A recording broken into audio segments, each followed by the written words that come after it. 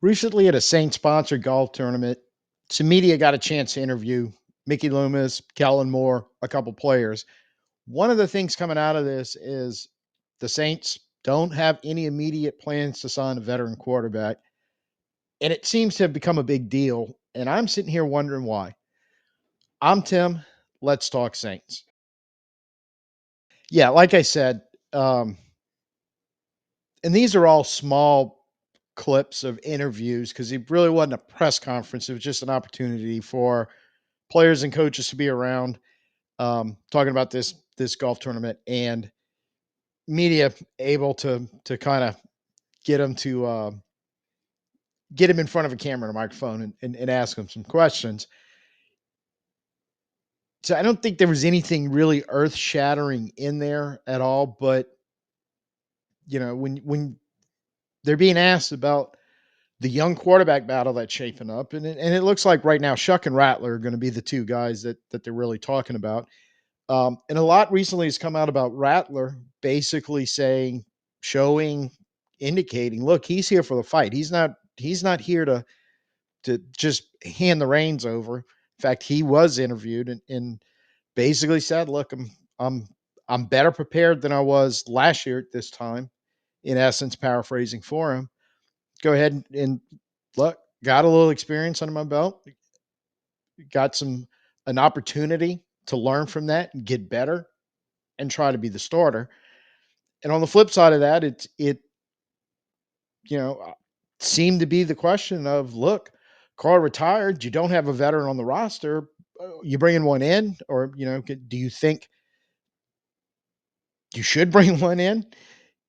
And the response is pretty much, well, Kellen Moore was kind of asked the question, and I think his answer kind of sums up the Saints thinking all the way around on this. Of an opportunity is this for when it comes to a couple QBs trying to win a job? How, I guess, what's the most they can gain out of this process in trying to do that? I think it's going to be a lot on the process and less on the results as you go through this phase, just because I like bringing up the fact that it's a lot on the process and less on the results, because I think that's important right now, and not just for the rookie quarterbacks, but in general. You're in a voluntary phase of OTAs right now. I don't want to say there aren't going to be veterans there, but there'll be some that won't, and that's okay. They understand. But what you're doing is you're giving the rookies or the young players who will be there, the young vets, an opportunity to prove themselves and to figure out the process. So when they get to the parts where it is going to be a result based business and the results are going to matter, they have the process, the techniques, all the basic stuff down. And I think that's hugely important when you're talking about these young quarterbacks. again, there's not much competitiveness. We will do some 7-on-7, but a lot of it's just their understanding. They're taking the classroom to the field for the first time, and so most of the decision-making factors obviously will come in training camp and preseason football. But this is certainly a nice little step for them. I I think that whole answer, and again, this goes beyond just the young quarterback and the fact that it's shaping up again, I think on paper, Rattler versus Shuck for right now. But in a general speaking, and we're going to talk a little bit more in the second segment about the 9 rookies that came in drafted. This is an opportunity, because a little later on in OTAs, you'll have the mandatory portion where all the veterans will be in, and then you're going to have mandatory mini camp, and that's kind of where it all starts to come together. Take the break, and then you're going to be in training camp in August. But what he said there, this is, he used the word competitiveness, and I'm like, I think that one's a little shaky, because I think it is a competitive part of the process right now, but a little different, because they're not. He mentions in here at some point during this interview about how next couple of days they're basically going to be in helmets and shells, I guess. Not really a lot of contact. He's talked about, you know, little bit of, and I think this is what he means by competitiveness. They'll be doing some 7-on-7, but they really won't be like 11-on-11s. They won't be full team up periods, anything like that. It doesn't sound like, until a little later in the process. And he even mentions that it's, I don't want to know if, I don't want to say scaled down, but I guess it kind of is a little scaled down to when they work into what's going to happen in training camp, or you be a little more contact based up to what the NFL rules will allow. So I think being a new coaching staff, almost all the way around, you have a few position coaches that they retained, new schemes coming in on both sides of the ball. You're going to infuse some new personnel. You already have started that process, and in the process is going to continue through here for the young players. I think it's important to understand, I think he was being in look, Mickey kind of echoed that when they talked to him, some of the same stuff. So I think what's important about this is that he's basically laying it out that we need to see the process develop in these young players. Specifically talking about the quarterbacks, but I think this kind of filters throughout the roster. So basically, what he's saying is there's a whole, and I've said this before, and I truly believe at the quarterback position, it's really important. The process, as they call it, or whatever you word you want to choose to use it to describe it, there's a whole lot that goes into this before you snap the ball live from the line of scrimmage in week one of a game. And if you can't get the stuff that he's talking about, Mickey kind of echoed, and I'm sure you could pull the coordinators, you could pull the position coaches, you could pull, somebody like Linehan, who's basic Scott Linehan, who's basically an advisor. They're going to kind of tell you the same thing. And it's not only the mental classroom portion of it. He mentions in here about technique.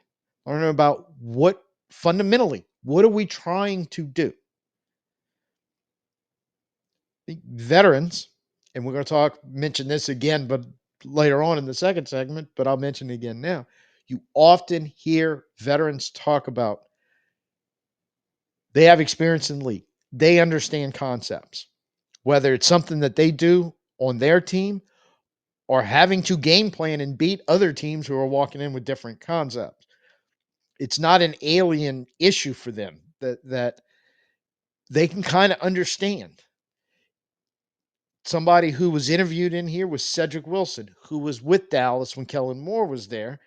They asked Kellen Moore about Cedric Wilson's comments, which were basically Cedric Wilson said, look, he gave me an opportunity there. I really understood while I was in Dallas what he was trying to do, the way he communicated to me and the way I responded on the field. And Kellen Moore, basically, when they asked him about Cedric Wilson's comments, said the same thing. Wilson goes to Miami, shows up here last year, hasn't done much. But the point being is he wasn't totally clueless when he showed up here last year, because I do remember he was one of the guys talking about it, going, look, this is stuff I'm exposed to in the league. One thing they do mention a lot of times is the actual verbiage of the scheme.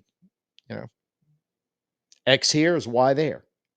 But once I figure out the concept of what's going on, what we're trying to do, and understand that, how they're describing it, how they're calling it, whatever terminology they're using, and put it all together, I'll be fine. The rookies, you kind of have to build up to that point, more or less. Again, I think there's something in the way that the Saints drafted that we'll talk about in the second segment that kind of clues in. They understand that this is part of their process. The biggest takeaway about not even really discussing about bringing in a veteran quarterback is, why would you want to muddy the waters? And it's something we talked about in previous videos, going, yeah, at some point you may have to bring a veteran in, but I don't know if it's going to be right now, because just about any veteran quarterback you bring in, and when you think about Scott Linehan and Doug Nussmeier and Scott Tolzien being on the staff of Kellen Moore,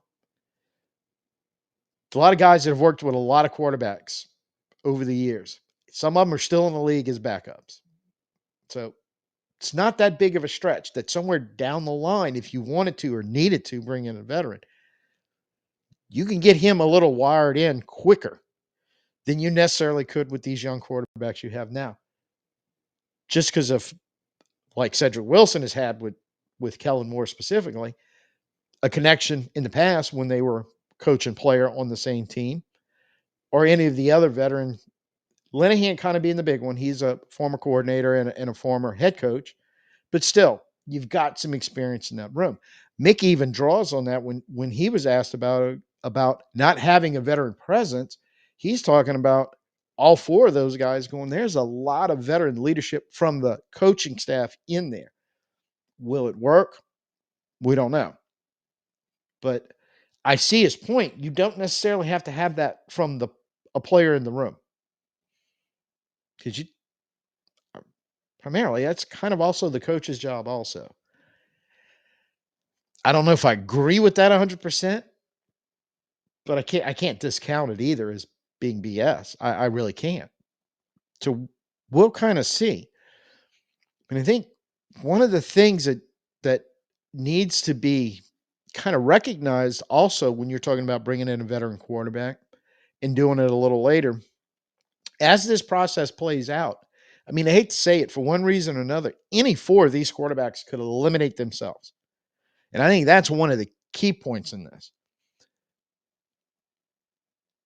From not understanding the concepts, not being able to translate it, not being able to I don't even want to say accept coaching, maybe just not being simpatico on the same page, a lot like Cedric Wilson was talking about that he and Kellen Moore were going, yeah, I don't know if this is going to work. The only way you're going to find that out is you have to give all four of them, even our undrafted free agent that we signed, Deckers, y'all have to give him the opportunity. If you have a veteran sitting there, one of two things you're going to do with that veteran. Either he has to take snaps or be involved or take reps from these guys. So you're not finding out what you need to find out because you kind of have a pretty good idea what you're already getting that veteran. Or you just paying a veteran to sit on the side and do nothing through this process when you could just leave said veteran at home and not pay him anything to do the same thing. I'm not overly concerned about a veteran not being on the roster right now. I'm not even over concerned if, and this is a possibility, they've decided we're not going the veteran quarterback route at all. We've got four young guys. Four young guys are going to play this year. We're going to figure it out. Either one of them shows up and becomes the guy, or we're going to be drafting another one next year and moving on from one or two of these guys and repeating the process. Be honest, I don't know if that's a bad idea either.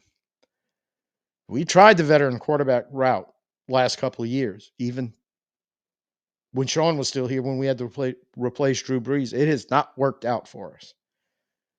So I don't, to keep going back into the young quarterback well for a couple of years, whether through the draft, like taking a Tyler Shough at 40, or trying to find young quarterbacks that are cast off or no longer wanted because they were given up on by other teams. We've seen a few of those over the last couple of years that show up one or two teams removed from the team that drafted them. Jesus Christ, Baker Mayfield's one of them, and we're dealing with that guy twice a year right now, where it could click in. So I don't have an issue with this being out there, and some people seem to have had that. That's kind of like I saw these almost as soon as they popped up yesterday, and I didn't really think that much about it. I'm like, yeah, it makes sense not to bring the veteran in right now. So it's almost to the point where it's just like, but we need a veteran quarterback. Right? It's just relax a little bit. We could, and they may decide to go that route. We may not. They don't have to. Or we may need it, and they say, screw it, we're not doing it anyway. I mean, that's just kind of the position we're in right now. I will say this also. If any of these young quarterbacks, I'm going to use from last year the obvious examples, like a Drake May or a Michael Penix, where there's a veteran possibility that you go to because you're looking at that young quarterback and going, he's close. He's not quite there yet. But we don't want to throw him to the wolves, so to speak, week one and have any type of regression hit. F it. We're going to roll with the veteran with a pretty good idea in the back of our head. At some point this season, even though fans and media are losing their mind about having you know, a high draft pick quarterback sitting on the bench while you're doing that,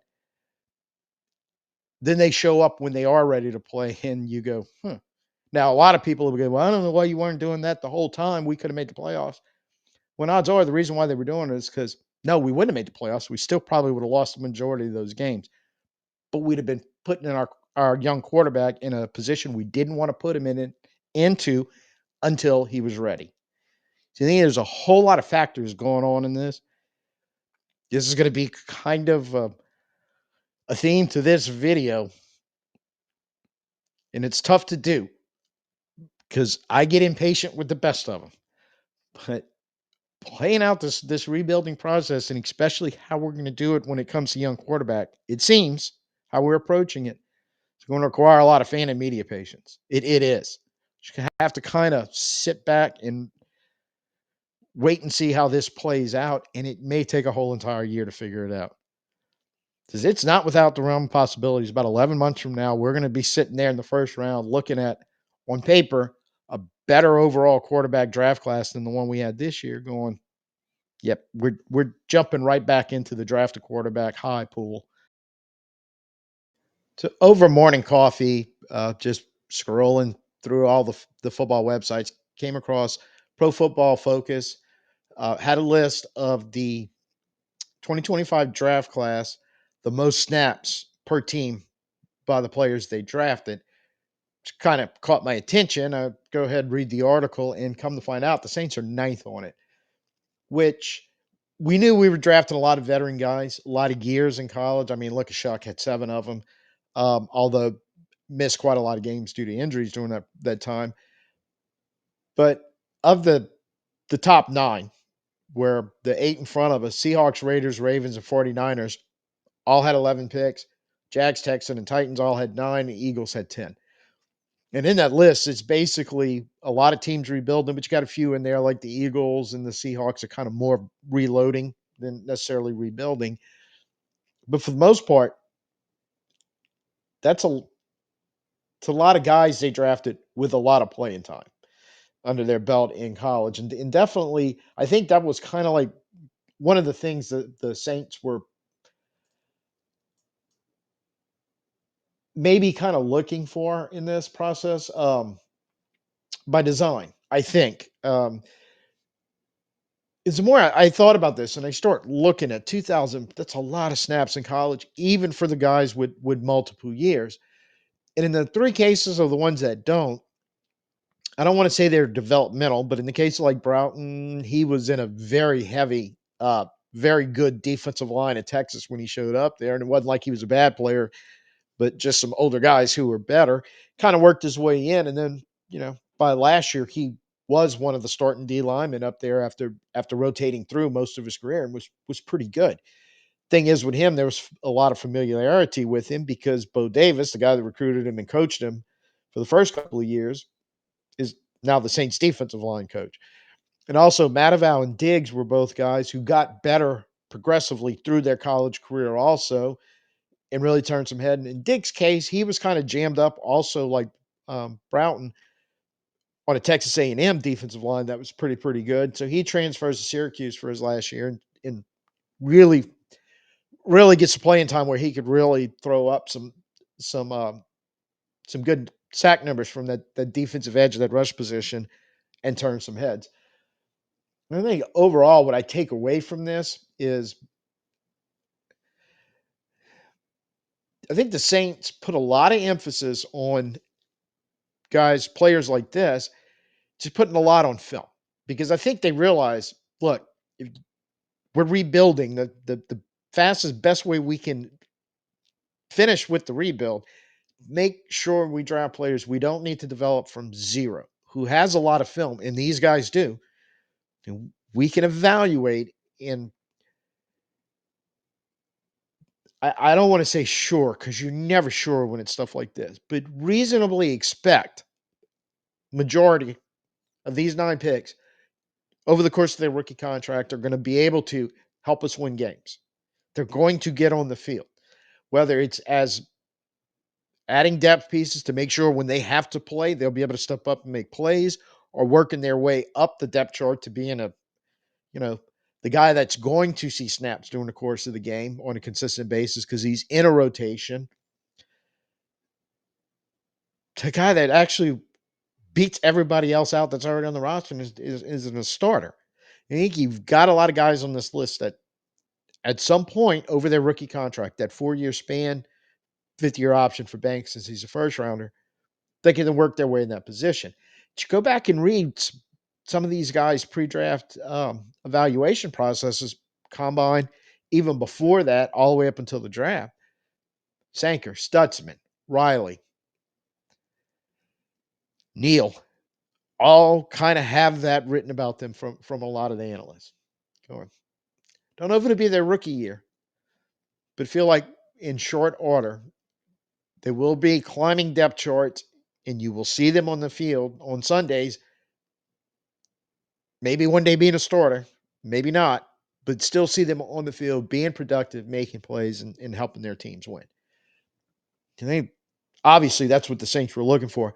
I'm kind of looking at this going, that veteran players, multiple years in college, or in the case of Banks, who only had 3, but he basically started and played damn near every snap since he showed up as a freshman in Texas as the left tackle. You got a lot that you could evaluation process on film before they even showed up at the combine and the pro days, and you started having meetings with them, going, these are the guys we need to go look at hard. I think the other thing, experience and maturity, and by that I mean on the football field. I'm not talking about any other stuff, but these guys, if you're there that long, play that many snaps, you do what they did, you can reasonably assume as experience and maturity, they have been able to handle off the field stuff. They've been able to handle on the field stuff. They've been there, done that, basically. Yeah. They're exposed to multiple coaches, whether playing for or playing against multiple schemes, whether they had to learn multiple from the teams they were on or transfer to, in the case more than likely, against having to play against multiple schemes. And in their cases, 3 or 4 years, 2,000 plus snaps. Thing is, that's where it gets to the point where you can possibly get players who, when they're on the field, they're not thinking they're doing, because even though you've got a transition phase to go from college to pro, and you don't know if everybody's going to be able to do it, you feel like some of the stuff they'll see at the pros, if they haven't seen it playing as much as they all did in college, there's a chance they recognize something close, and it's something that you'll be able to um, coach them up, so to speak. And something I think we've had some issues with being able to do some of our younger players, and I don't necessarily think it was the players in the last couple of years. Just saying. I think another thing that's important in this is you, because of that experience and kind of that maturity handling all these changing situations, because they've been through or have seen a lot of it. Think about what you often hear about when a veteran player has a new coach coming in with new schemes, or a veteran player changing teams and showing up somewhere else and being asked about, hey, well, hey, new scheme, new. A lot of times their answers are the same, which is basically, look, been in the league or played enough football. I understand most of the concepts. I've seen them. I've either been a part of it on the team I played on or ran across it against teams we were playing against.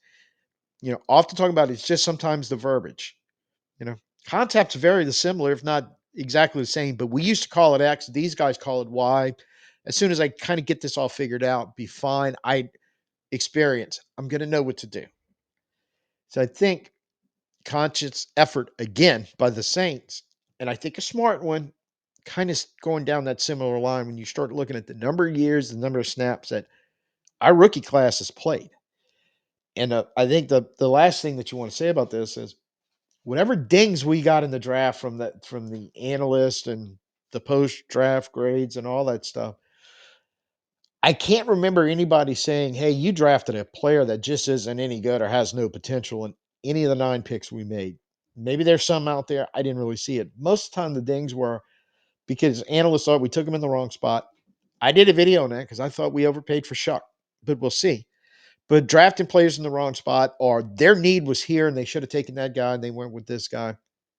We'll see how that plays out over the next year to 2 years, because I think the plan on the rebuild is these guys are hugely important in 2025 and 2026. The more these guys you have on the roster playing, it may not pay the short-term dividends we want, which is a 10, 11, 12 game season and let's make a playoff run. But in the long term, may make that possible. One of the ways you're going to clear this up and rebuild faster, having these guys on their rookie deals on the field, figuring stuff out, playing at a high level, playing better, getting them better. Hopefully, you turn them into a legit NFL star that's going to lock down a position. But even if you don't, hold it down long enough where you can continue the roster rebuild and turnover. Seems the theme of this video was rookies, young players, and patience, right? Um, and I understand. I'm willing to admit I'm going to have to be one of the people that practices what I'm preaching. Basically, relax. Let's kind of let this play out slowly, because I think that's what it is. It's going to be played out slowly through the course of this offseason until we get into training camp and really get into preseason. So it's like I as much as anybody, I want to know now who's the starting quarterback, how much these other rookies are going to contribute, or any of them going to work themselves in the starting lineup. What do we have? What are we going to look like? And the painful truth is, we just have no way of knowing. Anything we see or hear, for the most part, between now and probably really preseason, is may or may not be an accurate depiction of what's really going to happen once we kick it off week one. So just we're guess gonna have to deal with it the best we can while all of it plays out, and then week one we'll go, okay, that's what we look like, and see how the rest of the season plays out. So first time here, if you like what you saw, please go ahead, hit the subscribe. Definitely everyone, please give me a thumbs up. Feed the algorithm, as we discuss on many occasion. And make sure you get your notifications, so when something pops up and I got to drop a video, you'll be aware of it and be able to watch it. So, till I see you next time, I'm Tim. Peace out and who dat.